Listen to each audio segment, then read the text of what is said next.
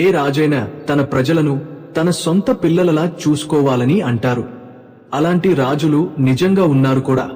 కాని ఇప్పుడు మనం తెలుసుకోబోయే రాజు మాత్రం పూర్తిగా భిన్నుడు. ఆ రాజు ప్రజలు చనిపోతూ ఆర్తనాదాలతో విలవిల్లాడుతుంటే కూడా సంగీతం వాయిస్తూ ఆనందించేవాడు.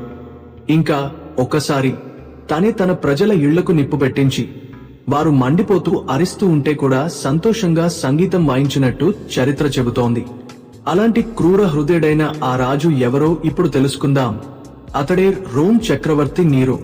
చరిత్రలో కొందరు వ్యక్తులు కేవలం పాలకులుగా కాకుండా సంక్లిష్టమైన వ్యక్తిత్వాల ప్రతీకలుగా మిగిలిపోతారు.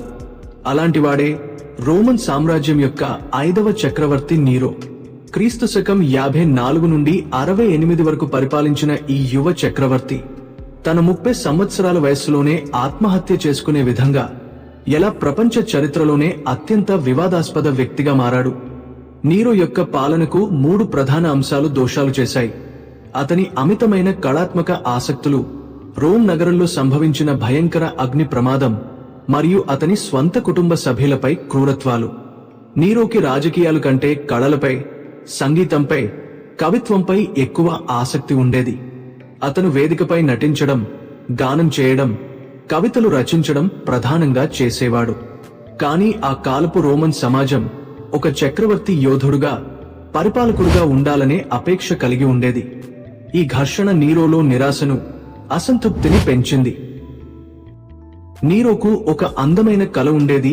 ఆ కల ఏంటంటే తన రాజ్యం మంటల్లో కాలిపోతూ ఉంటే తను వీణ పట్టుకుని రాజకోటపై నిలబడి పాట పాడాలని కోరిక ఉండేదని చాలాసార్లు తన మంత్రులతో చెప్పేవాడట. అలాగే ఒకరోజు అదే నిజమవలసి వచ్చింది. క్రీస్తు శకం 64 ప్రారంభమైన రోమ్ నగరంలోని మహా అగ్నికి 6 రోజులు 7 రాత్రులు నగరం మంటలకి ఆహుతి అయింది. పాక్షికంగా నాశనమయ్యాయి. లక్షలాది మంది గుహాలు కోల్పోయారు. వందలాది మంది ప్రాణాలు కోల్పోయారు. ఈ విపత్కర సమయంలో నీరో చూపిన ప్రవర్తనే అతని ఖ్యాతిని శాశ్వతంగా అపకీర్తికి గురిచేసింది. అతను ఆ పెద్ద మంటలను చూస్తూ తన రాజభవనంపై నిలబడి తన వీణను వాయించుకుంటూ ట్రోజన్ యుద్ధంపై కవిత్వం చదువుతున్నాడని చరిత్రకారులు నమోదు చేశారు. ఈ ప్రవర్తన రోమన్ ప్రజలలో అతని పట్లగల నమ్మకాన్ని పూర్తిగా ఛేదించివేసింది. ఈ అగ్ని ప్రమాదం తర్వాత నీరో తనకు బలమైన ప్రత్యర్థులుగా మారిన క్రైస్తవులపై దోషారోపణ చేసి వారిని భీకరంగా హింసించాడు. అతను తన స్వంత తల్లి అగ్రిప్పిన, మొదటి భార్య ఆక్టేవియాను, రెండవ భార్య పొప్పియా సబినాను కూడా హత్య చేయించాడు. ఈ క్రూరమైన పనులు అతని పట్ల ప్రజలలోని అసహ్యాన్ని మరింత పెంచాయి. చివరికి రోమన్ సెనేట్ నీరోని దేశద్రోహిగా ప్రకటించి అతని మరణ శిక్షను ఆదేశించింది. తనను తాను రక్షించుకునే శక్తి లేని స్థితిలో క్రీస్తు శకం 68 నీరో ఆత్మహత్య చేసుకున్నాడు.